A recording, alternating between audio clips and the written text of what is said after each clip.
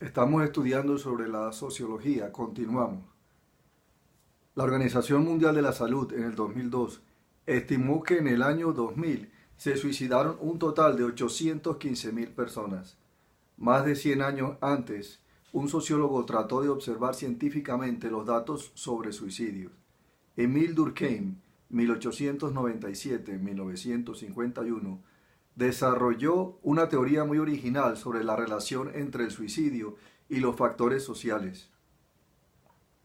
Le interesaban sobre todo no la personalidad de los individuos que se habían suicidado, sino las tasas de suicidio y cómo éstas variaban entre los distintos países. Por consiguiente, cuando estudió el número de suicidios registrados en Francia, Inglaterra y Dinamarca en 1869, también tuvo en cuenta la población total de esos países para establecer la tasa de suicidios en cada nación. Encontró que mientras que Inglaterra tenía solo 67 suicidios registrados por cada millón de habitantes, Francia tenía 135 por cada millón y Dinamarca 277. La pregunta se transformó entonces en ¿por qué Dinamarca tiene en comparación una tasa de suicidios tan elevada? Durkheim fue mucho más allá en sus investigaciones sobre las tasas de suicidio. El resultado fue un decisivo estudio suicidio, publicado en 1800, un decisivo estudio llamado Suicidio. Publicado en 1897, Durkheim se negó a aceptar explicaciones del suicidio no probadas, entre ellas que las fuerzas cósmicas y la herencia causaban tales muertes. En cambio, se centró en factores sociales. O sea, él no aceptó que digan que era por una maldición generacional o algo así. Él se centró en factores sociales, como la cohesión o falta de cohesión de los grupos religiosos, sociales o profesionales. La investigación de Durkheim asegura que el suicidio, a pesar de ser un acto solitario, está relacionado con la vida del grupo. Los protestantes tenían unas tasas de suicidio mucho más altas que los católicos. Los solteros alcanzaban tasas mucho más altas que los casados, y los militares eran propensos a quitarse la vida que los civiles. Eran más propensos. Además, parecían darse mayores tasas de suicidio en tiempo de paz que en tiempo de guerra o de revolución, y más en tiempo de inestabilidad económica y recesión que en tiempo de prosperidad. Durkheim llegó a la conclusión de que las tasas de suicidio de una sociedad reflejaban el grado de integración de las personas en la vida grupal de la sociedad. O sea, el suicidio es un asunto también de soledad y de aislamiento. Émile Durkheim, como muchos otros científicos sociales, desarrolló una teoría para explicar cómo se puede entender el comportamiento individual dentro de un contexto social. Señaló la influencia de los grupos y las fuerzas sociales en lo que siempre se había considerado como un acto muy personal. Está claro que Durkheim ofrecía una explicación de los suicidios mucho más científica que la de los astros o la propensión heredada, como las maldiciones generacionales. Su teoría tenía poder de predicción, ya que afirmaba que las tasas de suicidio aumentarían o disminuirían en relación con ciertos cambios económicos y sociales. Por supuesto, una teoría, incluso la mejor teoría, no es una afirmación definitiva sobre el comportamiento humano. La teoría del suicidio de Durkheim no es una excepción. Los sociólogos continúan investigando los factores que marcan las diferencias entre las tasas de suicidio en todo el mundo y los que marcan la tasa de una sociedad específica. Por ejemplo, a pesar de que la tasa general de suicidios de Nueva Zelanda es solo ligeramente superior a la de Estados Unidos, la tasa de suicidios entre los jóvenes es un 41% mayor en Nueva Zelanda. Otra vez, los sociólogos continúan investigando los factores que marcan la diferencia entre las tasas de suicidio en todo el mundo y los que marcan la tasa de una sociedad específica. Por ejemplo, a pesar de que la tasa general de suicidio de Nueva Zelanda es solo ligeramente superior a la de Estados Unidos, la tasa de suicidio entre los jóvenes es un 41% mayor. O sea, la tasa de suicidio es muy parecida entre Nueva Zelanda y Estados Unidos. Sin embargo, la diferencia de edad de los que suicidan ya es mucha. O sea, hay un cambio entre una sociedad y otra que puede entonces dar detalles de que ciertos factores son más propensos hacia los suicidios y ciertas cosas los cambian, como por ejemplo la edad o el género de la persona. Los sociólogos y psicólogos de ese país sugieren que una sociedad remota y dispersa ostenta criterios de masculinidad extremos y que resultan especialmente difíciles para los varones jóvenes. Los adolescentes homosexuales que no comparten con los demás adolescentes su preferencia por los deportes son particularmente vulnerables al suicidio.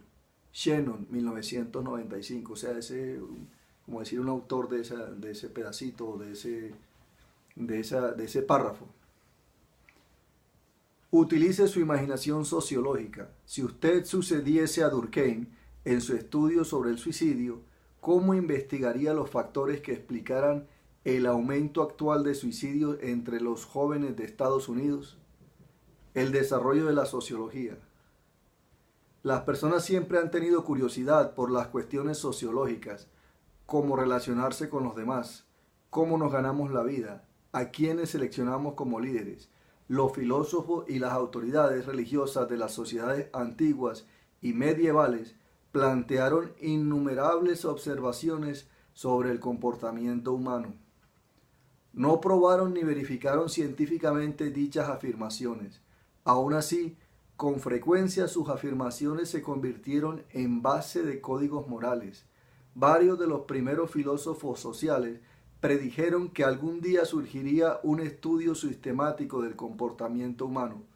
A comienzos del siglo XIX, los teóricos europeos hicieron contribuciones pioneras en el desarrollo de una ciencia del comportamiento humano. Hasta ahora vemos pues que la sociología estudia comportamientos o una problemática específica y también general dentro de la sociedad.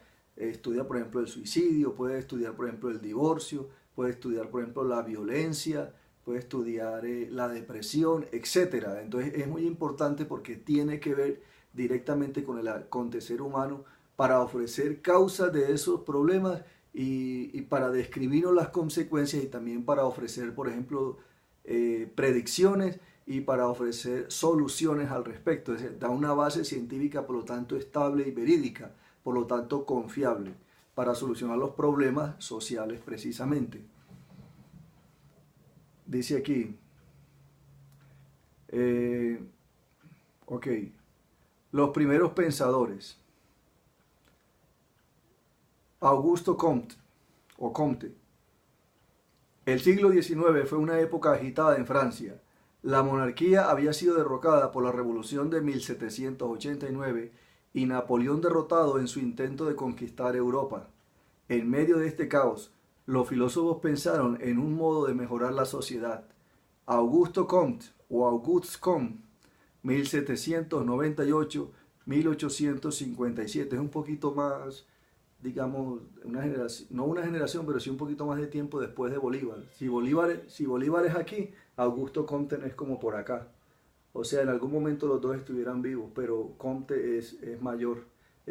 Comte es más joven, Bolívar es mayor acá. Y entonces Comte estaría aquí. Cuando Bolívar muere, Bolívar muere en 1830, muere Bolívar, y Comte en 1857, le sobrevivió 27 años. Considerado el filósofo más influyente de principio, Augusto Comte, considerado el filósofo más influyente del principio del siglo XIX, creía que para mejorar la sociedad se necesitaban una ciencia teórica de la sociedad y una investigación sistemática del comportamiento. Él acuñó el término sociología para referirse a la ciencia del comportamiento humano. Muy interesante. En sus escritos de principios del siglo XIX, Comte temía que los excesos de la Revolución Francesa hubieran dañado la estabilidad de Francia para siempre, y creía que el estudio sistemático del comportamiento social tal vez podía conducir a unas interacciones humanas más racionales, menos brutales. Recordemos todo lo que en Francia pasó, que le cortaron la cabeza al rey, a la reina, y después vinieron todos los de la revolución, entre ellos mismos se mataban, y después entró Napoleón, o sea, fue violencia tras violencia. En la jerarquía de las ciencias de Comte, la sociología ocupa el lugar más alto. Para él era la reina. Ojo como le da de importancia a la sociología como entidad o como un sistema organizativo social. Para Comte era la reina y los sociólogos científicos sacerdotes. ¿Sí? O sea, empiezan a reemplazar sacerdotes por científicos sociológicos o sociólogos. Este teórico francés no solo dio nombre a la sociología, sino que además enfrentó a la incipiente disciplina a un desafío bastante ambicioso. Otro más, Harriet Martineau. Los académicos aprendieron mucho sobre los estudios de Comte a través de las traducciones que de estos hizo la socióloga inglesa Harriet Martineau, 1802-1876. Pero esa todavía ya es más joven. Pero la misma Martineau también fue una pionera. Ofreció análisis profundo, o sea, no solo tradujo los libros de Comte, sino que ella misma también puso su propio grano en teoría. Ofreció análisis profundo sobre las costumbres sociales de su Gran Bretaña natal y Estados Unidos. Dice, ofreció análisis profundo, o sea, fue una estudiosa, una teórica, sobre las costumbres sociales de su natal Gran Bretaña y de Estados Unidos. El libro de Martineau, Society in America, 1837-1962, estudiaba la religión, la política, la educación y la inmigración de aquella joven nación.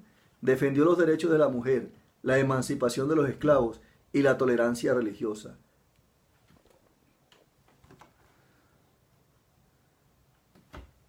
Al final de su vida, la sordera no le impidió proseguir su labor como activista. Según la visión de Martineau, 1877, los intelectuales y los académicos no deberían limitarse a ofrecer observaciones de las condiciones sociales, sino que deberían actuar también según sus convicciones para reportar un beneficio a la sociedad. Por eso, Martineau investigó la naturaleza del trabajo femenino y señaló la necesidad de ampliar las investigaciones en ese campo. Hasta ahí. Otro más. Herbert Spencer. Otra contribución importante a los inicios de la sociología fue la de Herbert Spencer, 1820 a 1903. Este ya avanza más, digamos cronológicamente. Inglés victoriano relativamente próspero, Spencer, a diferencia de Martineau, no se sentía obligado a mejorar o a corregir la sociedad, simplemente esperaba comprenderla mejor.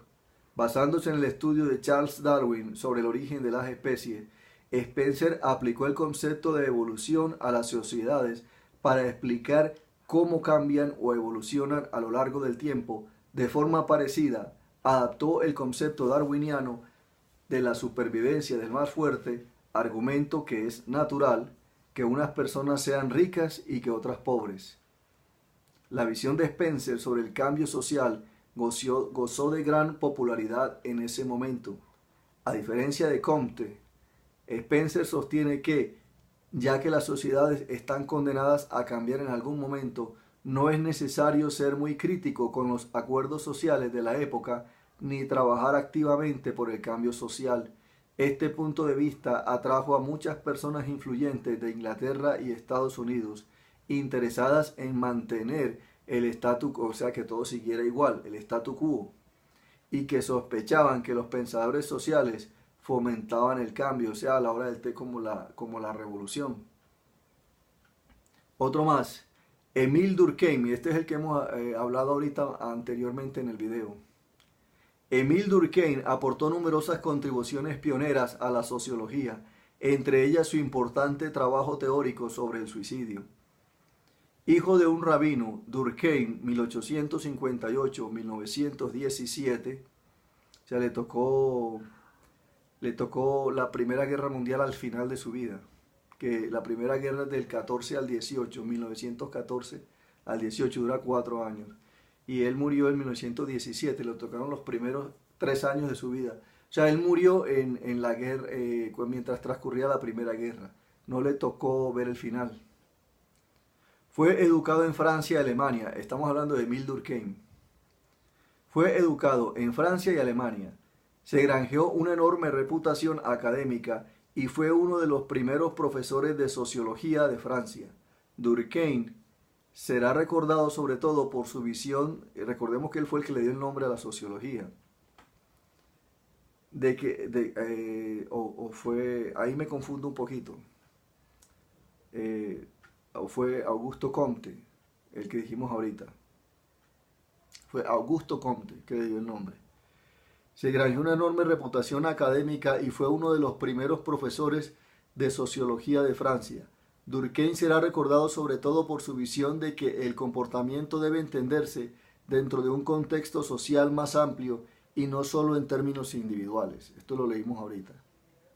Como ejemplo de ese empeño, Durkheim, 1912 al 2001, desarrolló una tesis fundamental para explicar todas las formas de sociedad, mediante el estudio intensivo de los Arunta, una tribu australiana. Se centró en las funciones de la religión y descubrió el papel que desempeñaba la vida de un grupo a la hora de determinar qué se consideraba religioso.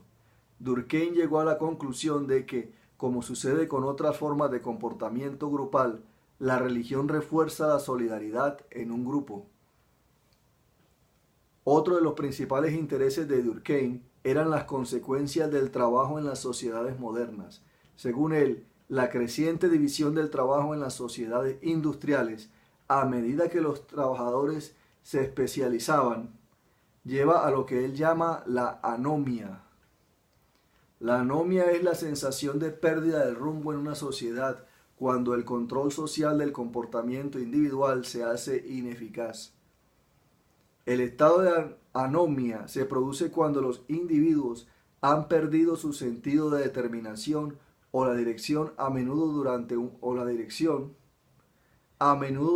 periodo de profundo cambio social. En una época de anomia, los individuos están tan confusos y les resulta tan difícil afrontar el nuevo entorno social que pueden llegar a limitarse a sus propias vidas. A Durkheim le preocupaban los peligros que podían suponer para las nuevas sociedades industriales la soledad y la alineación, o sea, coger la persona y como uniformarla así de una manera fría.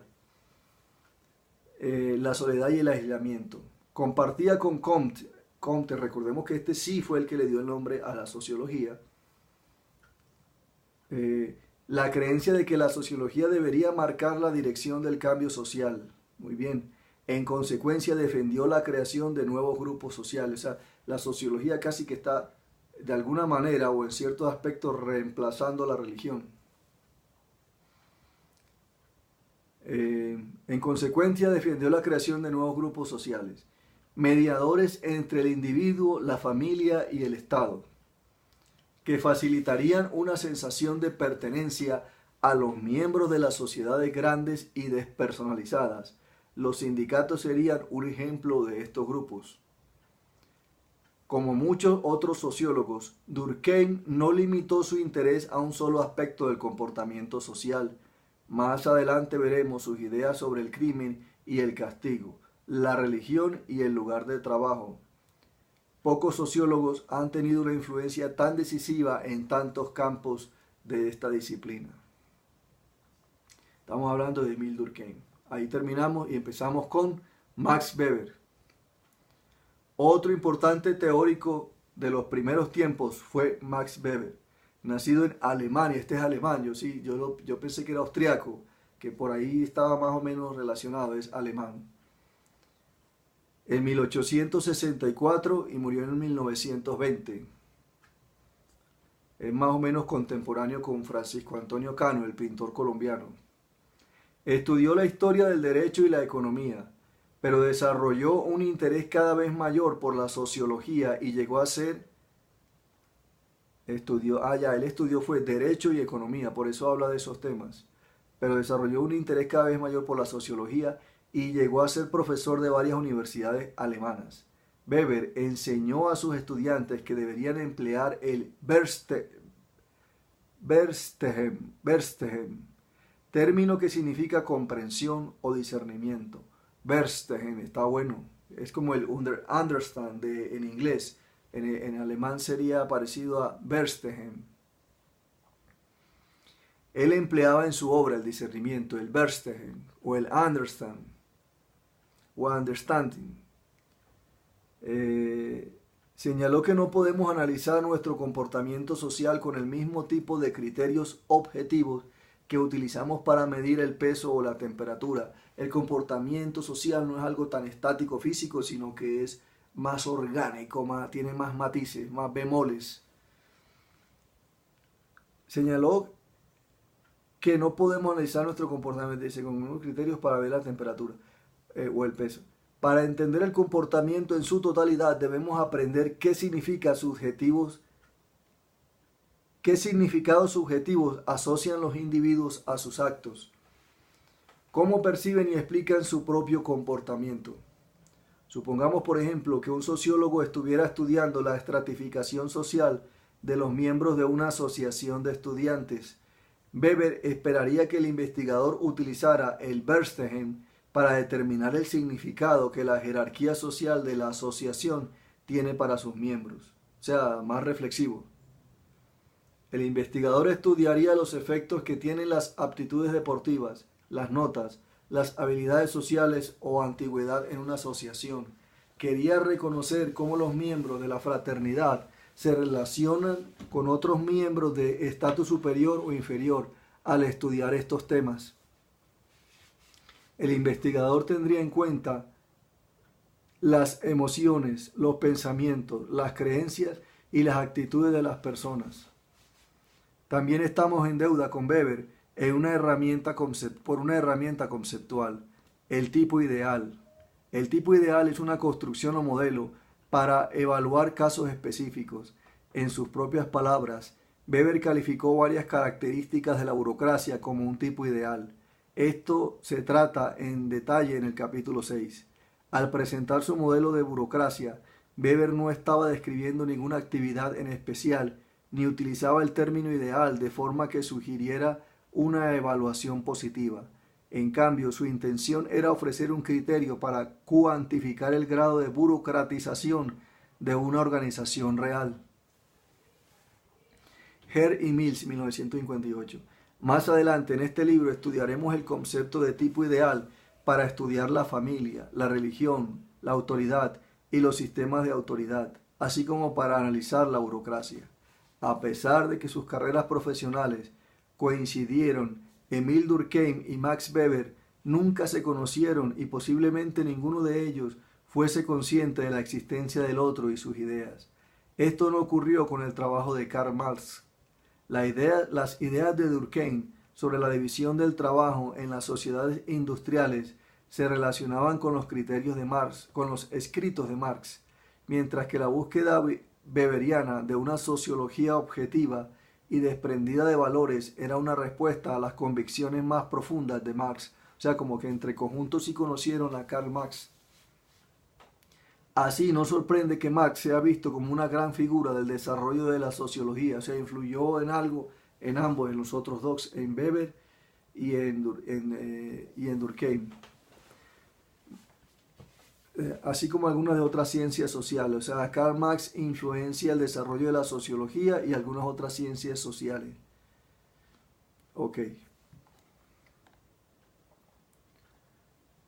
Karl Marx, 1818-1883, tenía en común con Durkheim y con Weber ese interés simultáneo por por los temas filosóficos abstractos y la realidad concreta de la vida cotidiana. A diferencia de los otros dos, Marx era un crítico con las instituciones que no pudo realizar una carrera. Era tan crítico con las instituciones que no pudo realizar una carrera académica convencional. Pasó la mayor parte de su vida exiliado, fuera de su Alemania nativa. La vida personal de Marx fue una lucha constante. Cuando se prohibió un escrito suyo, huyó a Francia. En París conoció a Friedrich Engels, 1820 a 1895, con el que mantuvo una amistad durante el resto de su vida. Ambos vivieron una época en que la fábrica iba sustituyendo paulatinamente a la granja de la economía europea y en Estados Unidos. En 1847, Marx y Engels asistían en Londres a las reuniones clandestinas de una coalición ilegal de sindicatos conocida como la Liga Comunista. El año siguiente prepararon una declaración de principios llamada el Manifiesto Comunista, en la que argumentaban que las masas de individuos que no tienen otro recurso que su trabajo, lo que ellos llamaron proletariado. El proletariado es la masa de individuos que no tiene otro recurso que su trabajo. Deberían unirse y luchar para acabar con las sociedades capitalistas. En palabras de Marx y Engels, la historia de todas las sociedades existentes hasta el momento es la historia de la lucha de clases. Los proletarios no tienen nada que perder salvo sus cadenas. Tienen un mundo por ganar. Esto está en Los trabajadores de todo el mundo unidos. Dice, trabajadores de todo el mundo unidos. Esa es la frase como final de ese párrafo.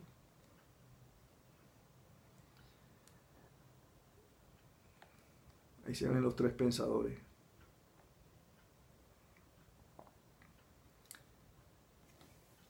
Tras terminar el manifiesto comunista, Marx volvió a Alemania, de donde fue expulsado. Entonces se trasladó a Inglaterra y allí continuó escribiendo libros y ensayos, viviendo en la más extrema pobreza. Empeñó la mayoría de sus bienes y varios de sus hijos murieron por desnutrición y por enfermedad. Sin duda, Marx era un extraño en la sociedad británica, un hecho que quizá haya teñido su visión de las sociedades occidentales. Según Marx, la sociedad estaba dividida en dos clases con intereses encontrados. Al estudiar las sociedades industriales de su época, o sea que si fuéramos a hacer el mapa conceptual de la sociología, entre otras cosas tendríamos que poner a estos tipos de pensadores y debajo un poquito de, digamos, la concentración de su pensamiento. Según Marx, la sociedad estaba dividida en dos clases con intereses encontrados. Al estudiar las sociedades industriales de su época, como la de Alemania, Estados Unidos e Inglaterra, percibió que la fábrica era el centro del conflicto entre los explotadores, o sea, los propietarios de los medios de producción, y los explotados, los trabajadores, o sea, el proletariado, el que tiene como único bien su propio trabajo. Para Marx, esa relación era inherente al sistema, es decir, el sistema de relaciones económicas, sociales y políticas mantenían el poder y la dominación de los proletarios sobre los trabajadores. Por consiguiente, mantenían el poder y la dominación de los propietarios sobre los trabajadores. Por consiguiente, Marx y Engels afirmaron que la clase trabajadora debería derribar el sistema de clases existentes. La influencia de Marx en el pensamiento contemporáneo ha sido enorme. Sus obras inspiraron a quienes más adelante liderarían las revoluciones de Rusia, China, Cuba, Vietnam y otros países. Ojo que las revoluciones de Rusia, China, Cuba, Vietnam y otros países. Hace poquito me vi un documental donde China le regalaba una estatua así grande, lo más de bien hecha, por cierto, de un artista.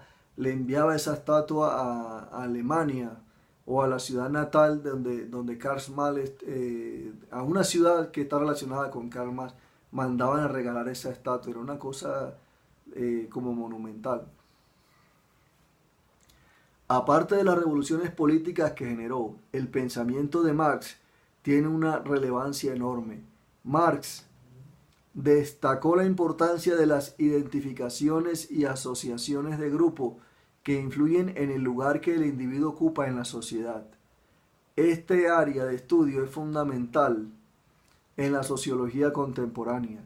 En el curso de este libro valoraremos cómo la pertenencia a un grupo de género, de edad, racial o de una clase económica influye en las ideas y el comportamiento de un individuo.